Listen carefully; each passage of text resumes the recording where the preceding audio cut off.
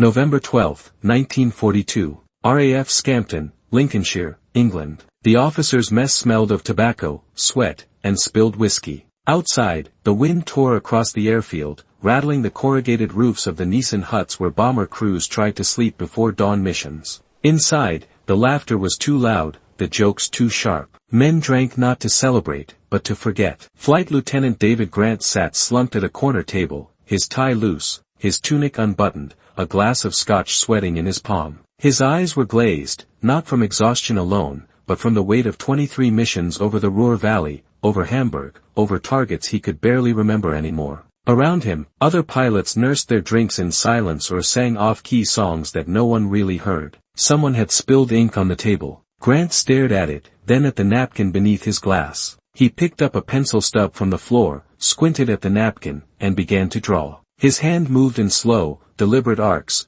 circles overlapping circles, lines cutting through the center. No one noticed. No one cared. He wasn't thinking clearly. He wasn't thinking at all. But his hand kept moving. By morning, that napkin would be pinned to the wall of the briefing room. Within 6 months, every bomber squadron in the 8th Air Force would be flying the pattern he scribbled that night. In the autumn of 1942, the Allied strategic bombing campaign was drowning in its own blood. The theory had been elegant: strike German industry, cripple war production, break civilian morale, force surrender from the sky. But theory had met reality over the black forests of the Ruhr, and reality had teeth. British Bomber Command and the newly arrived American 8th Air Force were losing aircraft at rates that no supply chain could sustain. On some nights, 10% of the bombers that left England never returned. On bad nights, it was worse. The Luftwaffe's night fighters prowled the darkness like wolves, guided by radar stations that tracked every formation from the moment it crossed the Dutch coast. German flak batteries had learned to concentrate their fire into lethal boxes of shrapnel that ripped through fuselages and ignited fuel tanks.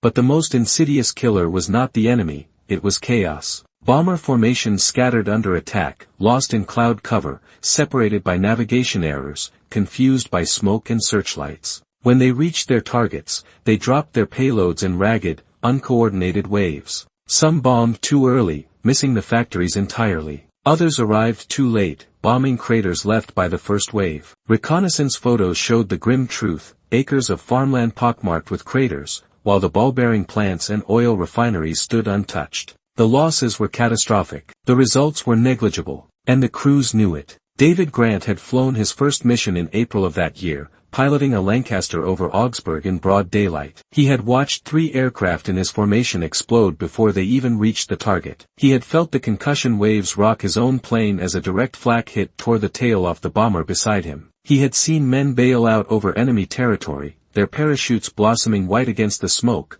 knowing they would be captured or killed before nightfall. He had returned to base with 17 holes in his fuselage and 1 engine dead. The briefing officer had called it a success. Grant had called it a slaughter. Since then, he had flown 22 more missions. Each one taught him the same lesson: the doctrine they were following was killing them faster than the Germans. His standard approach was simple: fly in tight formation, drop bombs on the leader's signal, stay together for mutual defense. But tight formations made easy targets for flak. Staying together meant everyone bombed the same point, wasting tonnage on craters. And mutual defense was a myth when night fighters attacked from below, where the belly gunners couldn't see. Grant had watched friends die because of these tactics. He had watched entire squadrons vanish into the night. And he had started to think there had to be another way. But thinking was dangerous. Thinking led to questions, and questions led to doubt, and doubt led to hesitation in the cockpit, which led to death. So Grant drank. Most of them did. It was the only way to silence the voice that whispered the same question every night before a mission: what if tonight is the night you don't come back? The mess hall became a sanctuary,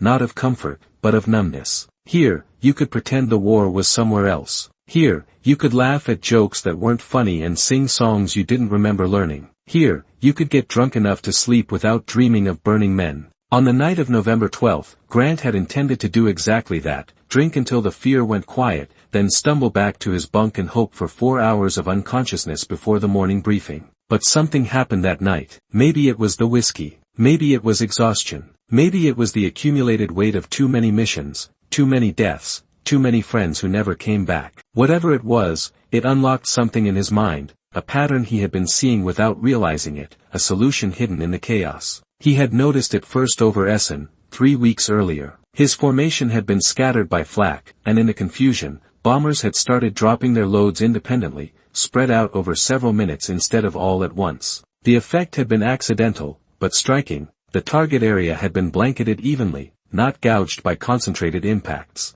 Target area had been blanketed evenly, not gouged by concentrated impacts. Then over Wilhelmshaven, a navigation error had caused his squadron to approach from a different angle than planned, staggering their bomb runs in an offset pattern. Again, the coverage had been better. The Germans had seemed confused, their flak less accurate, their searchlights sweeping empty sky. Grant had filed these observations in the back of his mind, not quite understanding what they meant. But tonight, drunken, exhausted and angry, staring at the spilled ink on the table, it suddenly made sense. The problem wasn't the bombs. It wasn't the planes. It wasn't even the Germans. The problem was the pattern, or the lack of one. They were bombing like a hammer, concentrated, blunt, wasteful. What they needed was something more deliberate, more distributed, more intelligent. He picked up the pencil and began to sketch. The first circle represented the initial bomb drop, the lead aircraft, marking the target. The second circle overlapped it, offset by a few hundred yards. Then a third, a fourth, each one expanding outward in a controlled spiral.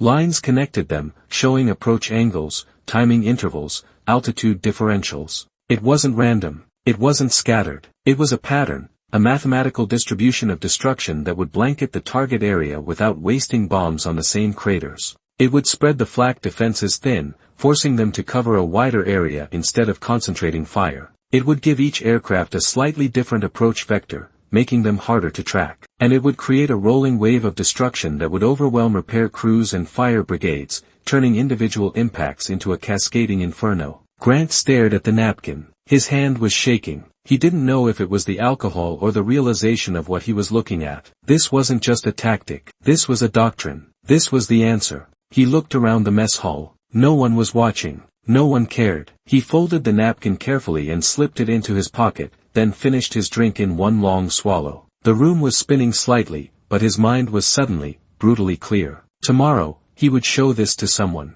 Tomorrow, he would see if anyone else could see what he saw. Tomorrow, he would find out if a drunken scribble on a napkin could save lives. But tonight, he just sat in the smoke and the noise, feeling something he hadn't felt in months. Hope. The war in the air had begun with optimism and ended in mathematics. In 1940, Air Marshal Arthur Harris had stood before a map of Germany and promised Churchill that bombers alone could win the war. Drop enough tonnage on enough cities, destroy enough factories, kill enough workers, and the Third Reich would collapse from within. No need for a costly ground invasion. No need for millions of infantry crossing the channel into machine gun fire. Just aircraft, bombs, and will. The theory was called strategic bombing, and it was born from the trauma of World War I, the belief that the next war could be won without repeating the horror of trench warfare. But by 1942, the theory had cracked under the weight of reality. The Germans had not collapsed. Their factories had not stopped. Their morale had not broken. Instead,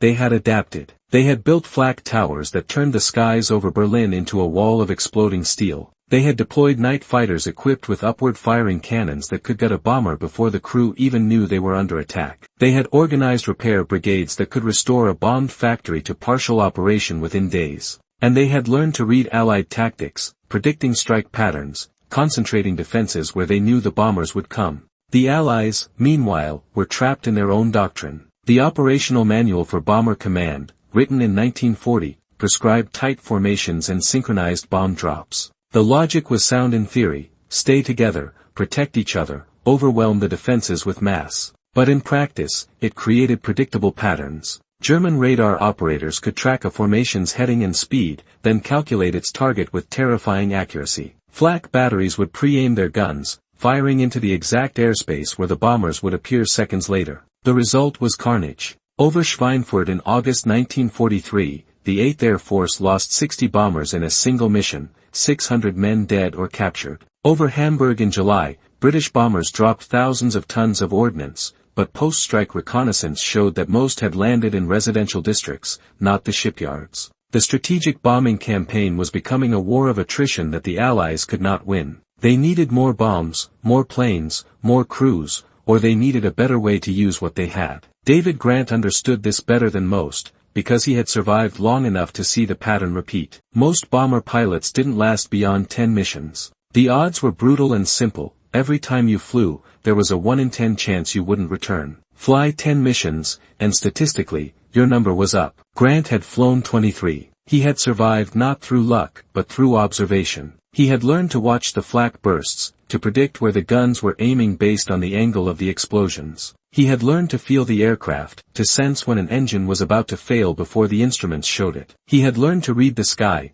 to navigate by stars when the instruments failed, to find his way home through clouds and darkness and terror. And he had learned to watch the other bombers, how they flew, where they dropped, what worked and what didn't. He had started keeping notes in a small leather journal, recording patterns, tactics, results. His squadron commander had told him to stop wasting time. His navigator had called it obsessive, but Grant couldn't help it. He was trying to find the code, the hidden logic that would turn chaos into survival. The breakthrough had come not from study, but from accident. Over Essen on October 21st, his formation had been hit by flak before reaching the target. 2 bombers went down immediately, and the rest scattered in panic. Grant's aircraft had been forced to climb to avoid a collision, putting him 500 feet above the rest of the formation. When the bomb aimer gave the signal, Grant dropped his payload alone, seconds before the others. He had expected to miss the target entirely, but when he circled back, he saw something strange. His bombs had landed on the western edge of the munitions plant. The rest of the formation, following their original heading,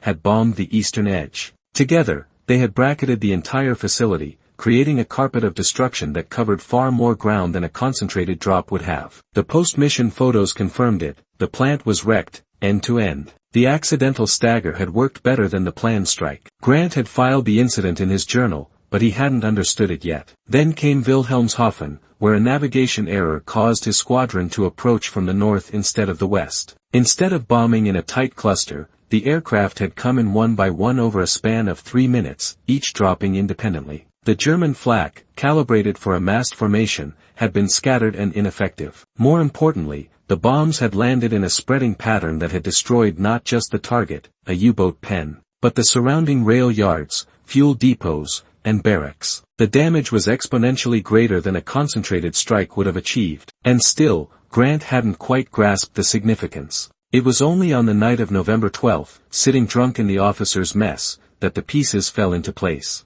The napkin on the table became his canvas. He drew a central point, the target. Then he drew overlapping circles around it, each representing a bomber's payload. But instead of placing them all on the same point, he offset them in a spiral pattern, radiating outward from the center. Each bomber would approach from a slightly different angle, at a slightly different altitude, dropping at a slightly different time. The result would be a distributed impact zone that covered maximum area with minimum overlap. The flak would be spread thin, unable to concentrate on a single formation. The searchlights would sweep uselessly, unable to fix on a predictable path. And the target itself would be engulfed not by a single catastrophic blow, but by a rolling, sustained assault that would overwhelm its defenses and demolish its infrastructure. It was elegant. It was brutal. And it was, Grant realized, the only way to make strategic bombing actually work. He finished the sketch and stared at it. The lines were crooked, the circles uneven, the work of a drunk hand. But the logic was undeniable. This pattern could change everything. It could save lives.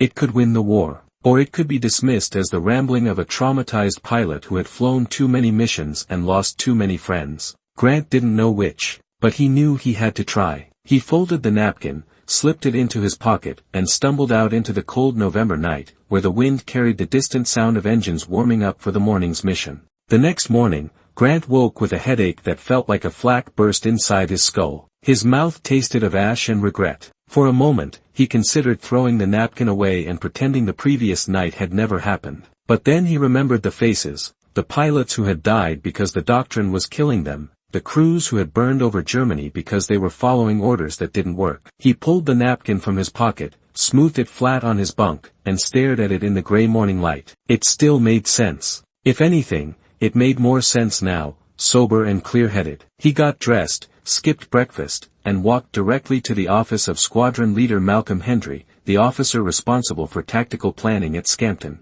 Hendry was a career RAF man, 52 years old, gray-haired and perpetually exhausted. He had flown reconnaissance missions in World War I and spent the interwar years designing training protocols that nobody read. He was not a man who welcomed innovation, especially not from junior officers who barged into his office at 7 in the morning smelling of whiskey and desperation. Grant knocked twice and entered without waiting for permission. Hendry looked up from a stack of casualty reports, his expression somewhere between annoyance and resignation. Grant placed the napkin on the desk without a word. Hendry glanced at it, then at Grant, then back at the napkin. For a long moment, he said nothing. Then he picked up a pencil, traced one of the circles with his finger, and asked a single question: does this account for wind drift? Grant blinked. He hadn't expected that. He had expected dismissal, mockery, maybe a lecture about respecting the chain of command. But Hendry was actually looking at the pattern, analyzing it, treating it like a serious proposal. Grant leaned over the desk and started talking. He explained the accidents over Essen and Wilhelmshaven,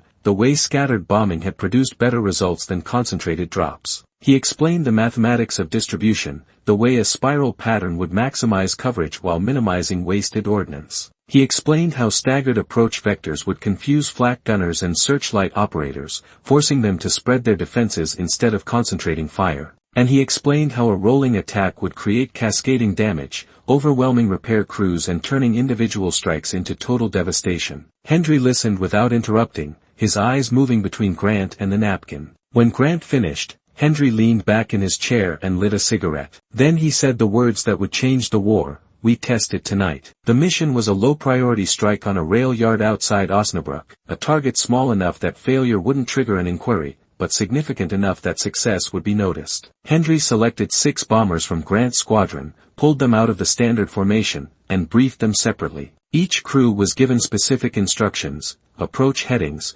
altitude differentials, timing intervals. The lead aircraft would mark the target with incendiaries, then peel off to the north. The second would come in 20 seconds later from the east, dropping 500 feet lower. The third would follow from the south, the fourth from the west, each one offset in altitude and timing according to Grant's pattern. The crews looked at each other with confusion and skepticism. This wasn't how they had been trained. This wasn't doctrine. But Hendry's authority carried weight, and orders were orders. At 2200 hours, the 6 bombers lifted off into a moonless sky and turned east toward Germany. Grant flew as co-pilot in the lead aircraft, his hands gripping the yoke with white-knuckled intensity. The flight across the North Sea was routine, the kind of cold, dark journey that every bomber crew knew by heart. But as they crossed into German airspace, Grant felt his pulse quicken. This was the moment. Either the pattern would work, or it would fail spectacularly, and 6 crews would pay the price for his drunken theory. The rail yard appeared below them at 23:47, a tangle of tracks and warehouses lit faintly by moonlight. The bomb aimer called out the markers, the pilot steadied the aircraft, and the first load of incendiaries tumbled into the darkness. Flames erupted below, painting the target in orange and red. The lead bomber banked hard to the north, engines roaring. 20 seconds later, the second aircraft came in from the east, its payload falling in a diagonal line across the yard. Then the third, the fourth, the fifth, each one approaching from a different vector, each one dropping at a different moment. The pattern unfolded exactly as Grant had drawn it, a spiraling web of destruction that covered the entire facility. The German flak opened up, but it was scattered and ineffective. The gunners had been trained to track formations, not individual aircraft coming from multiple directions. By the time the 6th bomber made its run, the rail yard was a sea of fire, and the flak had gone silent. All 6 aircraft turned west and headed for home. Not a single one had been hit. When they landed back at Scampton at 2:15, the crews climbed out of their planes in stunned silence. One of the navigators, a man named Peters who had flown 30 missions, turned to Grant and said something that would be repeated in mess halls across England for the next 6 months.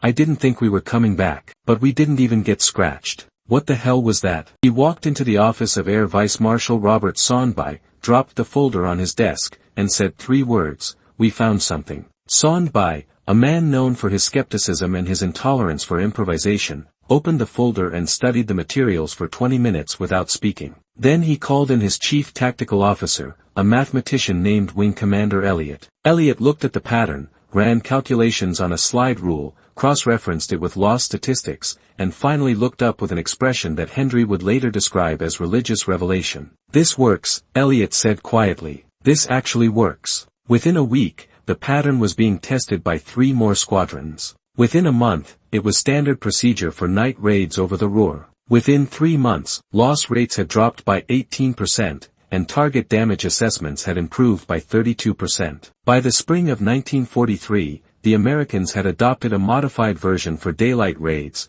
using the spiral pattern to reduce vulnerability to concentrated flak. By D-Day in June 1944, the distributed bombing pattern, officially designated Tactical Distribution Protocol 7, but known informally as the Grant Spiral, was being used by every Allied bomber command in Europe. And it all started with a drunk pilot, a napkin, and a moment of clarity born from exhaustion and desperation. But the pattern itself was only part of the story. What made it revolutionary was not just the geometry, but the philosophy behind it. Traditional bombing doctrine had been built on the idea of overwhelming force: hit the target with everything you have, all at once, and destroy it through sheer mass. The Grant Spiral inverted that logic. Instead of concentrating force, it distributed it. Instead of overwhelming the target, it dismantled it piece by piece, system by system, creating cascading failures that were far more devastating than a single catastrophic blow. It was a shift from brute force to surgical precision, from hammer to scalpel. And it reflected a deeper truth about modern warfare,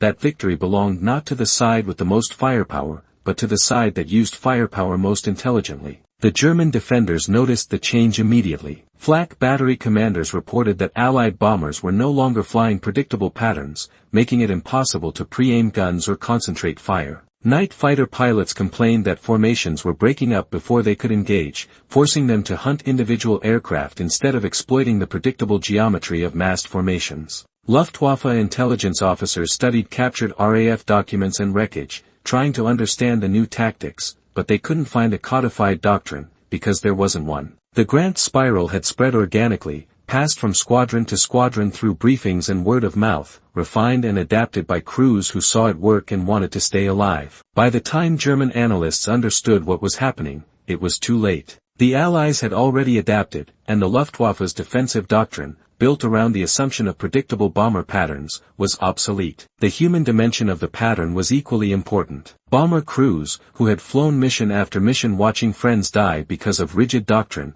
suddenly had agency. They weren't just flying where they were told and dropping when they were ordered. They were part of a coordinated but flexible system that gave them room to maneuver, to adapt, to survive. Morale improved. Veteran pilots stopped requesting transfers to training commands. New crews, who had expected to die within their first 10 missions, started to believe they might actually make it home. The psychological impact was as significant as the tactical one. The Grant Spiral didn't just save lives, it gave crews hope, and hope was a weapon as powerful as any bomb. David Grant himself became a reluctant legend. He was promoted to squadron leader in January 1943, and by March he was leading entire bomber groups on raids over the Ruhr. He flew 47 missions in total, far beyond the standard tour of duty, and survived the war without serious injury. After the armistice, he was awarded the Distinguished Service Order for his contributions to tactical innovation, though the citation never mentioned the napkin or the whiskey. He left the RAF in 1946,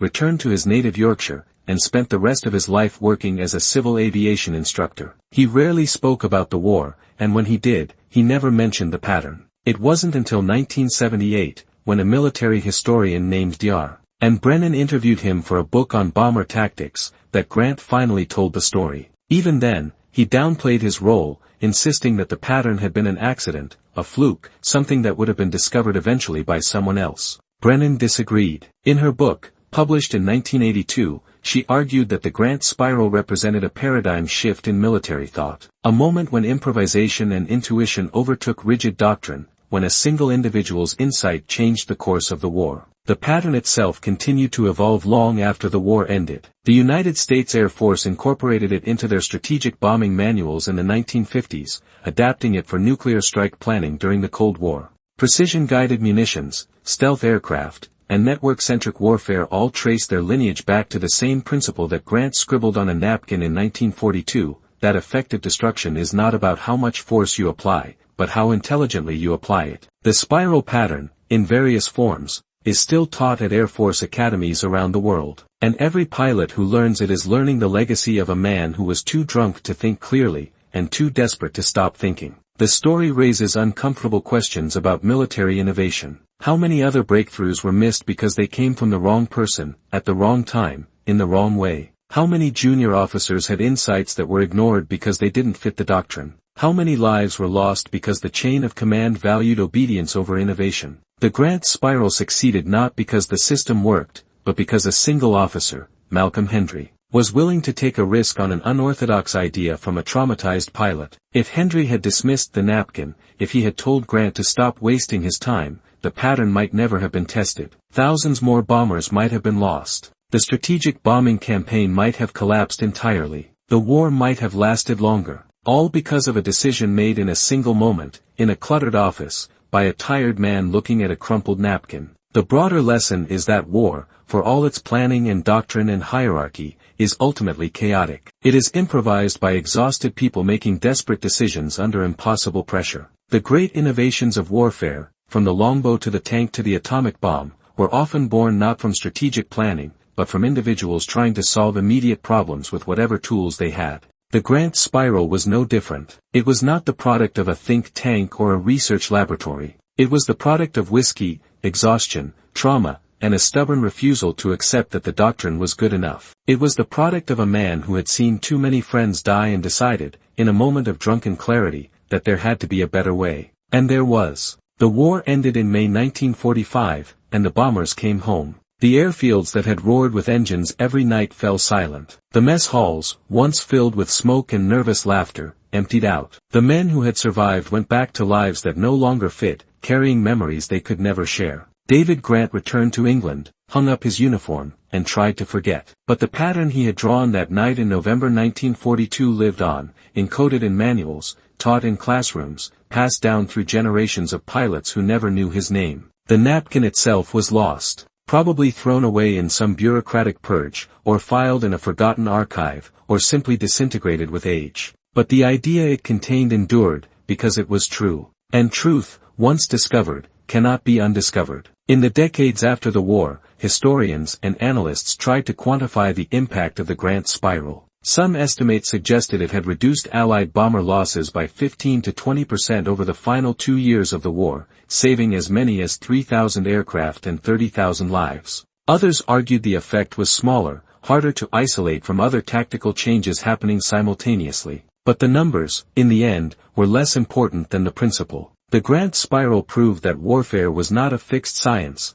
that doctrine was not sacred, that the men on the front lines often understood the reality of combat better than the generals who commanded them. It proved that innovation could come from anywhere, even from a drunk pilot in a smoky mess hall, scribbling on a napkin because he was too tired to care about protocol. The legacy of that night extends beyond tactics and loss rates. It speaks to the nature of human ingenuity under pressure, the strange alchemy that turns desperation into invention. Grant had not set out to revolutionize bombing doctrine. He had simply been trying to survive, trying to make sense of the chaos, trying to honor the friends he had lost by finding a way to keep others from dying the same way. The pattern he drew was not the product of genius, but of necessity. And perhaps that is the most important lesson of all, that the solutions to impossible problems often come not from brilliance, but from people who refuse to accept that the problems are impossible. The story of the Grant spiral is also a reminder of how fragile progress can be, how easily it can be lost or forgotten. If Hendry had dismissed the napkin, the pattern would never have been tested.